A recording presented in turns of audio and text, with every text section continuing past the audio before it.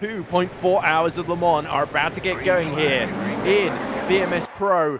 We are underway here at Le Mans then, and a load of our hypercars at the back trying to clear the duty-free field. Simičić leads them away. Marocek is tucked right in, and Grigoletto is right alongside Michi Hoyer then as they go into the Dunlop chicane for the first time. Everyone tries to survive, and Grigoletto's round! Grigoletto's around!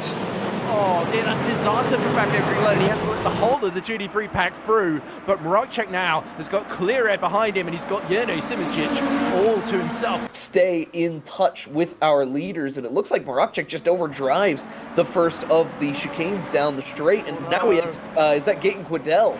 Quidel is off the track and has skipped that first chicane. He's going to have to give up some of the time gained, though. I suspect he will not have gained much going through the gravel as opposed to that nice sticky asphalt.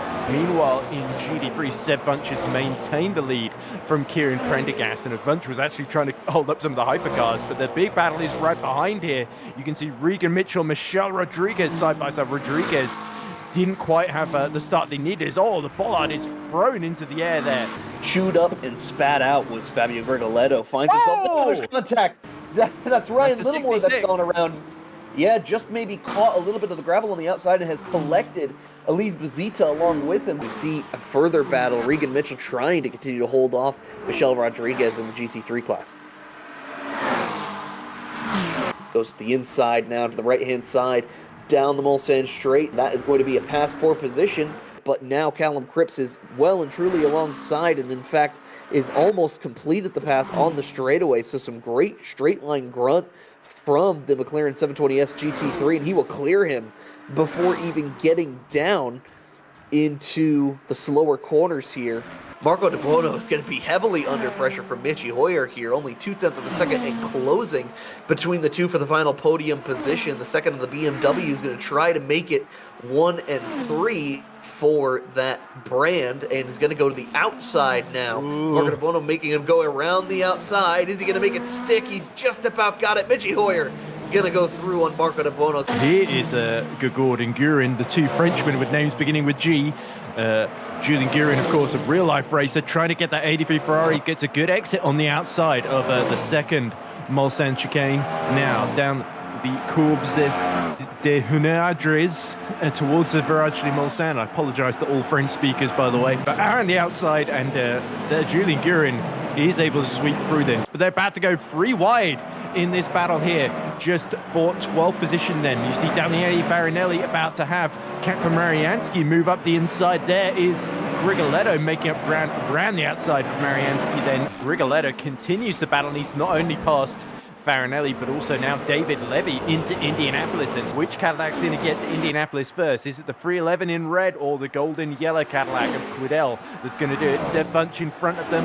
Quidel round the outside. Grigoletto joins him. They arrive in Indianapolis together. It's Grigoletto that's got the inside, and he makes another move, and he's into the top 10 then. And this has been a really, really impressive fight back from Grigoletto. He's clawed through these hypercars in no time at all, and into the Mulsanne corner. He's gearing up for a move, Braden. Yeah, and Grigoletto with an almighty challenge ahead of him. He's now made his way past Bert Knox, the number 38. That puts him in the 9th position. As Wunsch is in, it's our two leaders in GT3 that came in 1.5 seconds apart. This looks like Wunsch going to put on tires, so Prendergast is going to take the lead. Sebastian Wunsch still on the pit lane and now up on the jack, so Prendergast, I assume, is going to be double stinting those tires. Wunsch now pulls out of the pit lane behind another of the Ferraris. I'm not sure if that's someone coming in or out. And meanwhile, Simičić is in for a pit stop, as is David Marocek. Seb Wunsch gets another really good run on that fellow Ferrari, but it's such a similar car. He's going to have to take a risky move here into the forward curves. And again, Erwin Liskowitz, we saw this in Sebring. He is not the easiest customer to pass in these sorts of circumstances. No, and discernment is sometimes the better part of valor, as we see Wunsch get to the inside now of Liskowitz, going to try to make that move heading into turn 1 and into the chicane. The Dunlop chicane has proven difficult at the beginning of the race. Is he going to be able to be deeper on the brakes? Liskowitz has the inside, but yeah, Wunsch is going to have that position. Him and Grigoletto have had a couple of battles earlier this season. Interlagos comes to mind. They're about to have another one because Neil has got it all wrong at the Mulsanne corner, dipping a wheel into the gravel, and that allows Fabio Grigoletto to gratefully nip up the inside. Thanks very much, Jules. I'll see you later. Prendergast, I think is fighting away and have just been overtaken then by Seb Wunsch for the GT3 lead. Kim Prendergast keeping Wunsch in check at the present moment, determined not to let the Ferrari get away, and now he's moving to the outside. He's got a good run here on the long run towards Indianapolis through the Courbe du Golf. He's alongside on the outside, but Seb Wunsch has surely got the inside here, will not give up this lead without a fight. Prendergast has to concede very, very reluctantly and lift off there. But now we see Julian Guerin, who's got Grigoletto alongside him out of the Mulsanne corner, and Grigoletto looks slightly ahead then as they go side by side, and it's Guerin that has to tuck in behind. And Prendergast this time comes out behind Seb Wunsch as we expected. And he is down P as well. Yeah, he's in P3. That has been a really long pit stop for him, but he has also taken tires. Has he? It's triple stinting. Oh. Simoncic is going to resume his lead of the race. There is Marocek being released now. We wait now to see. Interesting. De Bruino double stinting then. So De Bruino even putting a bit less fuel in, and he's jumped Michi Hoyer for track position, and we see the Cadillac in there as well as that Aurelian Bru ahead of Michi Hoyer. So Michi Hoyer, he has put fresh tyres on, but now he's got two cars in front of him that were not in front of him before. Miss from Aurelian Bru.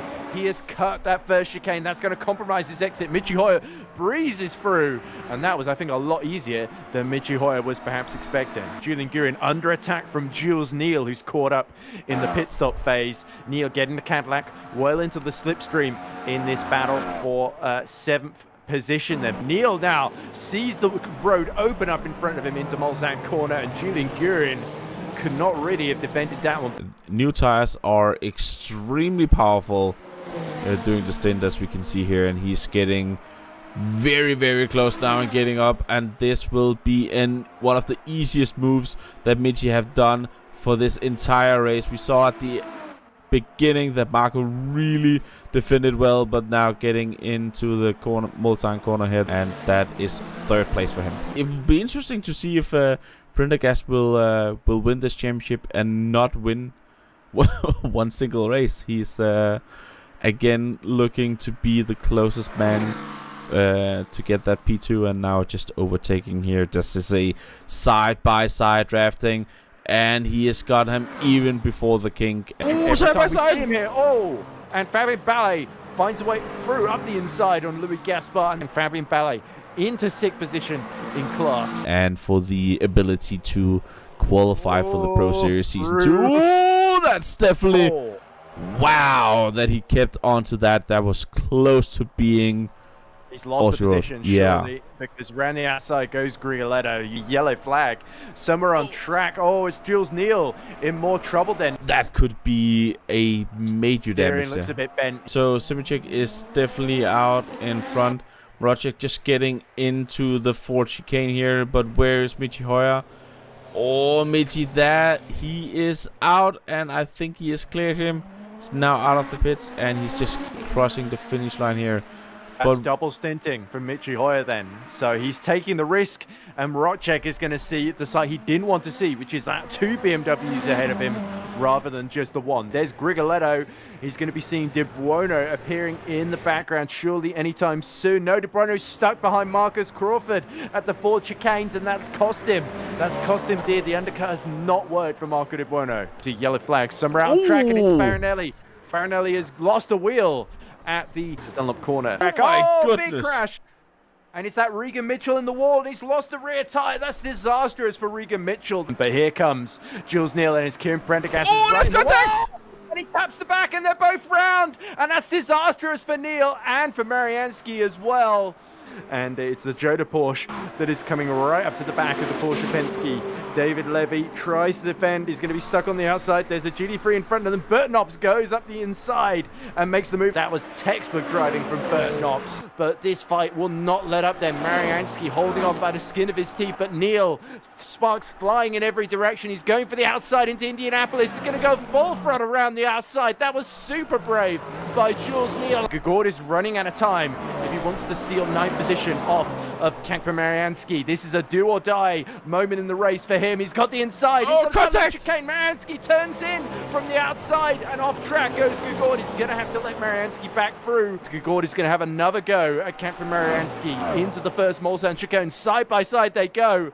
The clock is over. They're out of time here, but Gagord is going to make a move just at the death here on the final lap of the race to snatch ninth from Kacper Marianski there. Jene Simoncic, top of the class once again for the Slovenian. Through the fourth chicane he goes for the final time now, and it's Simoncic that wins in his BMW here at Le Mans in round 4 of the VMS Pro Championship. It's a 1-2 for BMW again, with Hoyer second on the road. It's going to be a first win for Seb Wunsch, the man 5th in the championship. Then coming through the final chicane now, Seb Wunsch takes victory here in the GT3 class as the Cadillacs and Corvettes celebrate like crazy. Let's remind ourselves then of the provisional results. 40 laps completed in the GT3 class, and it's Seb Wunsch that leads at the end of it. A dominant performance in the end, 18 seconds ahead of Kieran Prendergast, who nonetheless got another second position to add